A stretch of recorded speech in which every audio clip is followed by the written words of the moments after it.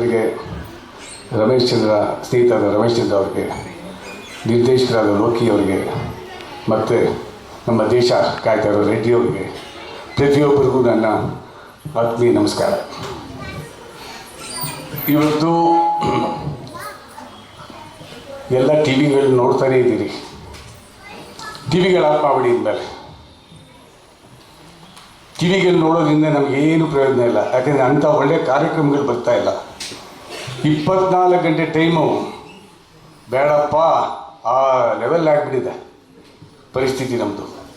ರಾಜಕಾರಣಿಗಳು ಅವರು ಬಳಸೋ ಪದಗಳು, ಪದ ಬಳಕೆ, ಶಬ್ದ ಮಾಲಿನ್ಯ, ವಾಯು ಮಾಲಿನ್ಯ, ಪ್ರತಿಯೊಂದು ಮಾಲಿನ್ಯ ಆಗಿಬಿಟ್ಟಿದೆ. ಆ ಮಾಲಿನ್ಯ ಎಲ್ಲ ಕಳಿಬೇಕು ಅಂದರೆ ಇಲ್ಲ ಕಲಾಕ್ಷೇತ್ರಕ್ಕೆ ಬರಬೇಕು, ಇಲ್ಲ ನಯನಾಗಿ ಬರಬೇಕು. ಇಲ್ಲಿ ಬಂದಾಗೆಲ್ಲ ನಾನು ಸಾವಿರಾರು ಕಾರ್ಯಕ್ರಮಕ್ಕೆ ಬಂದಿದ್ದೀನಿ. ವೇದಿಕೆಯಲ್ಲಿ ಸಾಕಷ್ಟು ಕಲಾವಿದರ ಜೊತೆ ಹಚ್ಕೊಂಡಿದ್ದೀನಿ. ನನಗೊಂದು ಸಿಕ್ಕಿದಿಲ್ಲ, ಆ ಸರಸ್ವತಿ ತಾಯಿ ಪಾಸಿಟಿವ್ ಎನರ್ಜಿ ಕೊಟ್ಟಿರೋದು ಏನೇನು ಇತ್ತು ಅಂದರೆ ಕಲಾಕ್ಷೇತ್ರದ ಸರೌಂಡಿಂಗಲ್ಲಿ ಮಾತ್ರ. ವಿಧಾನಸೌಧದಲ್ಲಿ ಇಲ್ಲ. ವಿಧಾನಸೌಧ ಸರೌಂಡಿಂಗಲ್ಲಿ ಪಾಸಿಟಿವ್ ಎನರ್ಜಿ ನಿಮ್ಗೆ ಸಿಕ್ಕಲ್ಲ. ಅದನ್ನು ಯಾಕೆ ಹೇಳ್ತಾ ಇದ್ದೀನಿ ಅಂದರೆ, ಸಂತೋಷ್ ಹೆಗ್ಡೆ ಸಾಹೇಬ್ರು ಒಂದು ಮಾತು ಹೇಳಿದ್ರು. ನಾನು ಸ್ವಲ್ಪ ಲೇಟಾಗಿ ಬಂದೆ, ಅದಕ್ಕೆ ಕ್ಷಮೆ ಇರಲಿ. ಮಕ್ಕಳು ಡ್ಯಾನ್ಸ್ ಮಾಡುವಾಗ 3 ಹಾಡಲ್ಲಿ ಆ ನಾಟ್ಯವನ್ನು ನೋಡಿದೆ. ರಮೇಶ್ ಚಂದ್ರ ಸರ್ ಹತ್ರ ಮಾತಾಡ್ದ, ಎಷ್ಟು ಅದ್ಭುತವಾಗಿ ಮಕ್ಕಳು ಎಷ್ಟು ಮುಗ್ಧತೆಯಿಂದ ಡ್ಯಾನ್ಸ್ ಮಾಡ್ತಾಯಿದ್ರು, ಎಷ್ಟು ಕಾನ್ಫಿಡೆನ್ಸ್ ಇತ್ತು ಅವ್ರ ವೇದಿಕೆಯಲ್ಲಿ. ಈ ಮಕ್ಕಳೇ ನಮಗೆ ನೆಕ್ಸ್ಟು ನಮ್ಮ ದೇಶನ ಆಳೋರು. ಇವಾಗ ಆಳ್ತಾ ಇರೋರಲ್ಲ, ಇವರೇ ಆಳೋರು ನಮಗೆ. ಈ ಸಂಸ್ಕಾರವನ್ನು ಕೊಟ್ಬಿಟ್ರೆ ಮನೆಯಲ್ಲಿ ಪ್ರತಿಯೊಬ್ಬರು ಕೂಡ ಅವ್ರು ಯಾವುದು ಕೆಟ್ಟದಾಗಿ ಹೋಗೋದಿಲ್ಲ. ನಮ್ಮ ಮಕ್ಕಳು ಭಾಳ ಗ್ರೇಟ್ ಆ್ಯಕ್ಚುಲಿ. ನಮ್ಮ ತಂದೆ ತಾಯಿಗಳು ಕೂಡ ಭಾಳ ಅದ್ಭುತವಾಗಿ ಬೆಳೆಸಿದ್ದೀರಿ. ಭಾಳ ತುಂಬ ಚೆನ್ನಾಗಿ ಅವರು ನೃತ್ಯ, ನಾಟ್ಯ ಎಲ್ಲ ಮಾಡೋರು.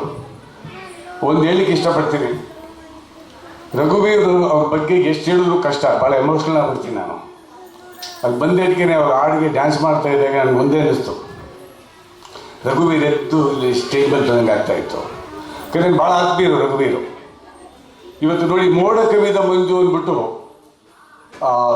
ಈ ಸಿನಿಮಾ ಧ್ವನಿ ಸುಳ್ಳಿ ಹಾಡುಗಳನ್ನು ಬಿಡುಗಡೆ ಮಾಡ್ತಾಯಿದ್ವಿ ಲಹರಿ ಸಂಸ್ಥೆಯಿಂದ ಎಷ್ಟೋ ವರ್ಷಗಳಾದಮೇಲೆ. ಟೈಟ್ಲ್ ನೋಡಿ ಹೇಗಿದೆ, ಮೋಡ ಕವಿದ ಮಂಜು. ಹೊರಗಡೆ ಮೋಡ ಕವಿದಿದ್ದಾರೆ, ಮಂಜು ಇದೆ, ಬಟ್ ರಘುವೀರವರು ಇಲ್ಲ ಇವತ್ತು. ಬಟ್ ನಾವು ಹೃದಯದಲ್ಲಿದ್ದಾರೆ, ಅವರು ಹೃದಯದಲ್ಲಿದ್ದಾರೆ. ಈ ಹಾಡುಗಳನ್ನು 3 ಹಾಡು ಲಹರಿ ಸಂಸ್ಥೆಲಿತ್ತು. ಇದನ್ನು ಬಿಡುಗಡೆ ಮಾಡೋಕ್ಕಾಗಿರಲಿಲ್ಲ. ನಮ್ಮ ಆ್ಯಕ್ಟ್ರಿ ಸೂರ್ಯ ಈತ ನಿಜವಾಗ್ಲೂ ತಮ್ಮನಾಗಿ ಹುಟ್ಟಬೇಕಾಗಿತ್ತು ರಘುವೀರ್ ಅವರಿಗೆ. ಅವ್ರಿಗೇನು ಅಭಿಮಾನ, ಏನು ಅಭಿಮಾನ ರಘುವೀರ್ ಅಂದರೆ ಅಪ್ಪಪ್ಪ. ನಾನು ಎಲ್ಲೂ ನೋಡಿಲ್ಲ ಈ ಥರ ಆ ಬಾಂಧವ್ಯ, ಆ ಪ್ರೀತಿ. ರಘುವೀರ್ ಅವ್ರ ಜೊತೆ ಬರೋವಾಗ ಸಣ್ಣ ಹುಡುಗ ಇದೇ ರೀತಿ ನಂಗೆ ನಗ್ತಾ ಇದ್ದಿದ್ದು ಹುಡುಗ. ಇವತ್ತು 2ನೇ ವರ್ಷ ಈ ಕಾರ್ಯಕ್ರಮ ಆಗಿ ಯಾರು ಸಹಕಾರ ಇಲ್ಲದೆ, ಯಾರ ಹತ್ರ ದುಡ್ಡು ತೊಗೊಳ್ದೆ, ಅದು ಹೆಂಗೆ ಅರೇಂಜ್ ಮಾಡೋದು ನನಗೆ ಗೊತ್ತಿಲ್ಲಪ್ಪ. ಭಾಳ ಒಳ್ಳೆ ವ್ಯಕ್ತಿ. ಇವತ್ತು 7 ಗಂಟೆ 2 ನಿಮಿಷಕ್ಕೆ ಈ ಹಾಡುಗಳನ್ನು ಬಿಡುಗಡೆ ಮಾಡ್ತಾಯಿದ್ವಿ. ತಾವೆಲ್ಲ ಯೂಟ್ಯೂಬಲ್ಲಿ ಕೇಳ್ಬೋದು, ಕೇಳಿ ಆನಂದಿಸಿ. But there is no replacement for ರಘುವೀರ್ ಒಬ್ಬರೇ. ರಮೇಶ್ ಚಂದ್ರ ಸರ್ ಒಂದು ಮಾತು ಹೇಳ್ತಾ ಇದ್ರು, ಸರ್ ಇತ್ತೀಚೆಗೆ ಕಲಾವಿದರನ್ನು ಮರ್ತೋಗ್ತಾ ಇದ್ದಾರೆ ಜನ ಅಂತ. ಅದು ನಿಜ. ಅದು ಚಲಾವಣೆಯಲ್ಲಿದ್ದವ್ರು ಮಾತ್ರ, ಲಾಬಿ ಮಾಡಿದವ್ರು ಮಾತ್ರ, ಟಿ ವಿಲಿ ಬಂದವ್ರು ಮಾತ್ರ ಜ್ಞಾಪಕ ಇಟ್ಕೊತಾರೆ ಸರ್. ಬಟ್ ನೀವು ಯಾವತ್ತೂ ನಮ್ಮ ಹೃದಯದಲ್ಲಿದ್ದೀರಿ. ಸಂತೋಷ್ ಹೆಗ್ಡೆ ಸಾಹೇಬ್ರ ಬಗ್ಗೆ ಏನು ಹೇಳಿದ್ರು ಕಮ್ಮಿನೇ ನಾವು. ಅವರು ಬರೀ ಕರ್ನಾಟಕಕ್ಕಲ್ಲ ಆಸ್ತಿ, ಇಡೀ ಭಾರತ ದೇಶಕ್ಕೆ ಆಸ್ತಿ ಅವರು. ಯಾರಾದರೂ ಭ್ರಷ್ಟರು ನಿದ್ದೆನೇ 2 ಗಂಟೆ ರಾತ್ರಿಯಲ್ಲೂ ಕೂಡ ಯಾರೋ ಚಿಕ್ಕ ಬಾಗಿಲು ತರ್ತಾ ಇದ್ದಾರಪ್ಪ ಅಂತಂದು ಭಯಪಟ್ಟಿದ್ದು ಅಂದ್ರೆ ಒಂದೇ ಸಂತೋಷ್ ಹೆಗ್ಡೆ ಸಾಹೇಬರಿಗೆ ಮಾತ್ರ. ಭ್ರಷ್ಟರು ದುಷ್ಟರು ಎಳೆಮುರಿ ಕಟ್ಟಿದ್ದು ಸಂತೋಷ್ ಹೆಗ್ಡೆ ಸಾಹೇಬ್ರು ಒಬ್ಬರೇ. ಆ ಹೆಸರು ಇಡೀ ದೇಶದಲ್ಲಿ ಅವರೊಬ್ಬರಿಗೆ ಯಾವಾಗಲೂ ಉಳ್ಕೊಂಡ್ಬಿಟ್ಟಿದೆ. ಒಂದೇ ಒಂದು ರಿಕ್ವೆಸ್ಟ್ ಸಾಹೇಬ್ರೆ, ತಾವು ದಯಮಾಡಿ ತಮ್ಮ ಹಾದಿನಲ್ಲೇ ನಾವು ನಡೀತಾ ಇದ್ವಿ. ಈ ಭ್ರಷ್ಟರ ಕಂಡ್ರೆ ಆಗಲ್ಲ, ಡೈರೆಕ್ಟಾಗಿ ಅಟ್ಯಾಕ್ ಮಾಡ್ತೀವಿ. ತಾವು ಹಾಕೊಟ್ಟಿರೋ ಹಾದಿಲೇ ನಮಗೂ ಧೈರ್ಯ ಇದೆ ಇವತ್ತು ಕೂಡ. ತಮ್ಮ ಆಶೀರ್ವಾದ ಎಲ್ಲರಿಗೂ ಇದೆ. ಒಂದು ರಿಕ್ವೆಸ್ಟ್ ಏನಂದರೆ, ತಾವು ಭಾರತ ದೇಶದಲ್ಲಿ ದೆಹಲಿನಲ್ಲಿ ಕೂತ್ಕೊಂಡು ಲೋಕಪಾಲ್ ಅನ್ನೋ ಒಂದು ದೊಡ್ಡ ಸಂಸ್ಥೆಯಲ್ಲಿ ಅದಕ್ಕೆ ಇದ್ದಾಗ ಇಡೀ ಭಾರತ ದೇಶದಲ್ಲಿ ಭ್ರಷ್ಟರನ್ನು ಸೆರೆ ಬರಿಬೋದು ಅಂತ ನಾನು ಅಂದ್ಕೊಂಡಿದ್ದೀನಿ ಸರ್. ಆ ದಿನ ಬರಬೇಕು, ನಮಗೆ ನೋಡಬೇಕು. ಅದು ಒಬ್ಬರು ಮಾತ್ರ ಮಾಡಲಿಕ್ಕಾಗುತ್ತೆ ಸರ್.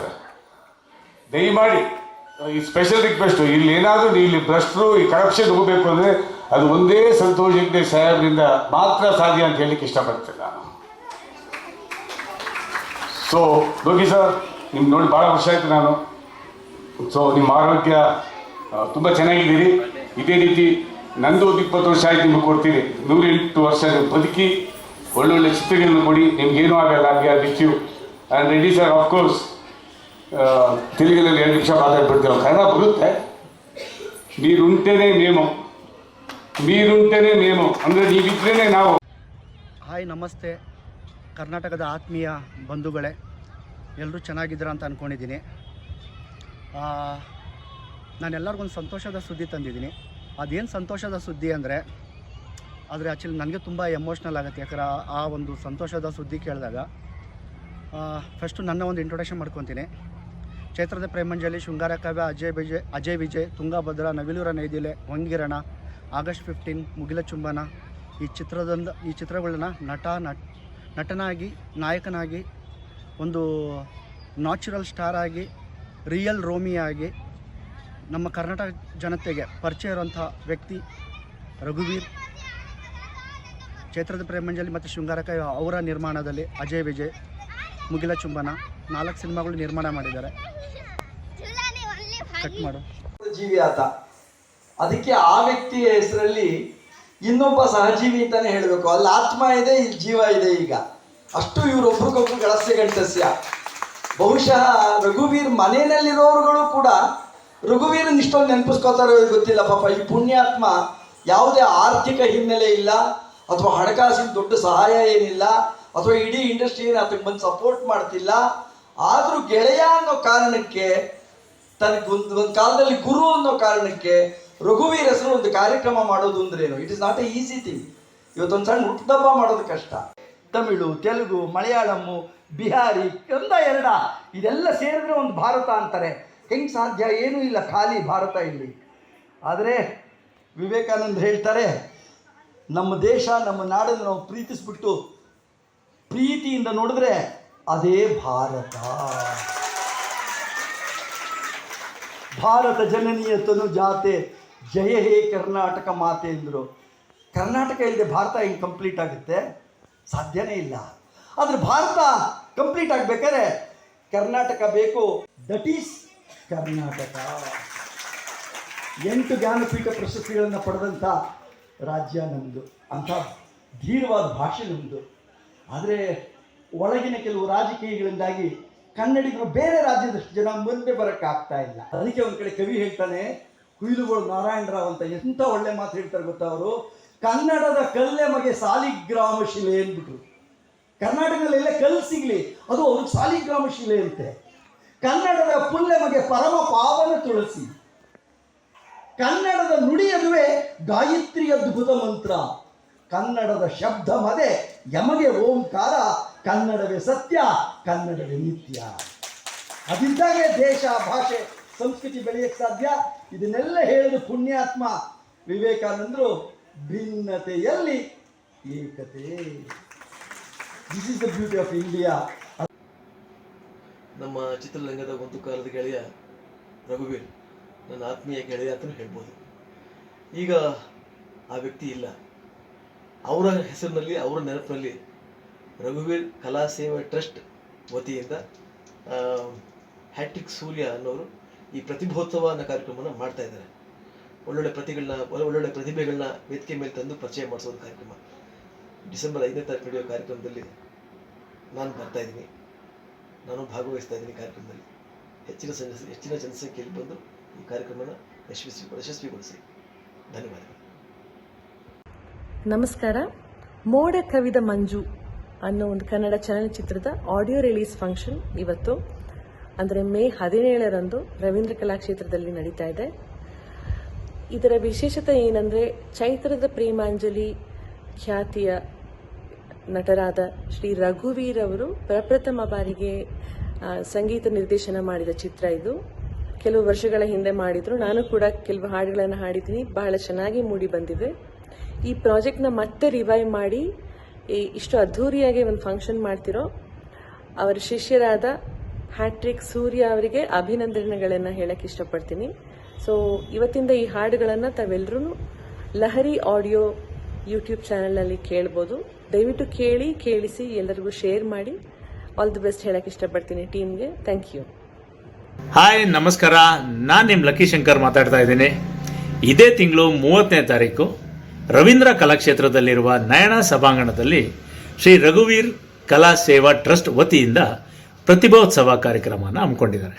ಈ ಪ್ರತಿಭಾವಂತ ಮಕ್ಕಳನ್ನ ಗುರುತಿಸಿ ಅವ್ರಿಗೆ ಪ್ರೋತ್ಸಾಹ ಕೊಡುವಂಥ ಒಂದು ಸುಂದರವಾದ ಕಾರ್ಯಕ್ರಮ. ಅಷ್ಟೇ ಅಲ್ಲ, ನಮ್ಮ ಚಿತ್ರರಂಗದಲ್ಲಿ ಸಾಧನೆ ಮಾಡಿರುವಂಥ ಹಿರಿಯರಿಗೆ ಸನ್ಮಾನ ಮಾಡುವಂಥ ಒಂದು ಕಾರ್ಯಕ್ರಮ. ಸೊ ಈ ಸುಂದರವಾದ ಕಾರ್ಯಕ್ರಮದಲ್ಲಿ ನಾನು ಭಾಗವಹಿಸ್ತಾ ಇದ್ದೀನಿ. ನೀವು ಭಾಗವಹಿಸಿ, ಎಲ್ಲರೂ ಸೇರಿ ಈ ಕಾರ್ಯಕ್ರಮನ ಯಶಸ್ವಿಗೊಳಿಸೋಣ. ಧನ್ಯವಾದಗಳು. ಹಾಯ್, ನಮಸ್ಕಾರ. ನಾನು ನಿಮ್ಮ ಗ್ರೀಷ್ಮಾ ಶ್ರೀಧರ್. ರಘುವೀರ್ ಕಲಾ ಸೇವಾ ಟ್ರಸ್ಟ್ ಅವರು, ಅಂದರೆ ನಮ್ಮ ಡೈರೆಕ್ಟರ್ ಹ್ಯಾಟ್ರಿಕ್ ಸೂರ್ಯ ಅವರು, ಇದೇ ತಿಂಗಳು 30ನೇ ತಾರೀಕು ಅಂದರೆ ಯುಗಾದಿ ಹಬ್ಬದ ದಿನ ಒಂದು ಪ್ರತಿಭೋತ್ಸವನ ಆಯೋಜನೆ ಮಾಡ್ತಾ ಇದ್ದಾರೆ. ಈ ಕಾರ್ಯಕ್ರಮದಲ್ಲಿ ಪ್ರತಿಭೆ ಇರುವಂಥ ಮಕ್ಕಳನ್ನ ಗುರುತಿಸಿ ಅವ್ರಿಗೆ ಒಂದು ವೇದಿಕೆ ಹಾಗೂ ಅವ್ರನ್ನ ಪ್ರೋತ್ಸಾಹ ಮಾಡುವಂಥ ಕಾರ್ಯಕ್ರಮ ಇದು. ಇದೇ ಕಾರ್ಯಕ್ರಮದಲ್ಲಿ ಬೇರೆ ಬೇರೆ ಕ್ಷೇತ್ರ ಅಂದರೆ ಚಲನಚಿತ್ರ ಆಗಿರ್ಬೋದು, ರಂಗಭೂಮಿ, ಸಂಗೀತ, ಸಾಹಿತ್ಯ, ಇದರಲ್ಲಿ ಸಾಧನೆ ಮಾಡಿರುವಂಥ ವ್ಯಕ್ತಿಗಳಿಗೂ ಸನ್ಮಾನ ಮಾಡ್ತಾ ಇದ್ದಾರೆ. ಬನ್ನಿ, ಈ ಕಾರ್ಯಕ್ರಮನ ಎಲ್ಲರೂ ಒಟ್ಟಿಗೆ ಹೋಗಿ ನೋಡಿ ಆನಂದಿಸಿ ಯಶಸ್ಸು ಮಾಡೋಣ. ನಮಸ್ಕಾರ ಆತ್ಮೀಯರೇ. ರಘುವೀರ್ ಕಲಾ ಸೇವಾ ಟ್ರಸ್ಟ್ ಇವರು ಇದೇ ತಿಂಗಳ 30ನೇ ತಾರೀಕು ನಯನ ಸಭಾಂಗಣದಲ್ಲಿ 2 ಗಂಟೆಯಿಂದ ವಿಶೇಷ ಪ್ರತಿಭಾನ್ವಿತರಿಗೆ ಪ್ರಶಸ್ತಿ ವಿತರಣೆ ಮಾಡಲಿದ್ದಾರೆ. ಇದರ ಸೂತ್ರಧಾರಿ ರಘುವೀರ್ ಅವರ ಶಿಷ್ಯ ಹ್ಯಾಟ್ರಿಕ್ ಸೂರ್ಯ ಅವರು ನನ್ನ ಗೆಳೆಯನು ಕೂಡ. ಅವರು ಈ ಕ್ಷೇತ್ರದಲ್ಲಿ ಅಂದರೆ ಚಲನಚಿತ್ರ, ನಾಟಕ, ಧಾರಾವಾಹಿ, ಭರತನಾಟ್ಯ, ಶಾಸ್ತ್ರೀಯ, ಚಲನಚಿತ್ರ ಹಾಡುಗಾರಿಕೆ, ಹಾಗೆಯೇ ಸಂಗೀತ, ಕಥೆ ಮತ್ತು ಕಾದಂಬರಿ, ಬರಹಗಾರರು, ಸಮಾಜ ಸೇವೆ, ರಾಜಕೀಯ, ಯೋಗ ಇತ್ಯಾದಿ ಕ್ಷೇತ್ರಗಳಲ್ಲಿ ಸಾಧಿಸಿ ತಮ್ಮ ಛಾಪು ಮೂಡಿಸಿ ಪ್ರೇರಣೆ ಸ್ಫೂರ್ತಿಯಾಗಬಲ್ಲ ವ್ಯಕ್ತಿತ್ವ ಹೊಂದಿದ ಸಾಧಕರನ್ನು ಗೌರವಿಸಿ ಗಣ್ಯರಿಂದ ಸನ್ಮಾನಿಸಲಾಗುವುದು. ಇದು ಯಾಕಂದರೆ ಇದಕ್ಕೆ ಅನೇಕ ಚಿತ್ರರಂಗದ ಮತ್ತು ಸಮಾಜ ಸೇವೆ ಮಾಡುವಂಥ ಗಣ್ಯರು ಇದಕ್ಕೆ ಬರ್ತಾರೆ. ತಾವೆಲ್ಲರೂ ಈ ಕಾರ್ಯಕ್ರಮಕ್ಕೆ ಬಂದು ಈ ಕಾರ್ಯಕ್ರಮವನ್ನು ಅಂದಗಾಣಿಸಿಕೊಡಬೇಕು. ಈ ಒಂದು ಪ್ರಶಸ್ತಿ ಪ್ರದಾನ, ರಘುವೀರ್ ಸಾಧಕರತ್ನ ಪ್ರಶಸ್ತಿ, ಇದನ್ನು ನೀವೆಲ್ಲ ಯಶಸ್ವಿಗೊಳಿಸಬೇಕು. ಹಾಗೆಯೇ ಈ ಒಂದು ಕಾರ್ಯಕ್ರಮಕ್ಕೆ ನಾನು ಶುಭ ಕೋರ್ತೀನಿ. All the best. ನಮಸ್ಕಾರ. ನಾನು ನಿಮ್ಮೆಲ್ಲರ ಪ್ರೀತಿಯ ರಾಧಾ ರಾಮಚಂದ್ರ ಮಾತಾಡ್ತಾ ಇದ್ದೀನಿ. ಈ ಶ್ರೀ ರಘುವೀರ್ ಕಲಾ ಸೇವಾ ಟ್ರಸ್ಟ್ ಅನ್ನೋ ಒಂದು ಸಂಸ್ಥೆನ ಹ್ಯಾಟ್ರಿಕ್ ಸೂರ್ಯ ಅವರು ಇದನ್ನು ಸ್ಥಾಪಿಸಿ ಈಗ ಇದೇ 30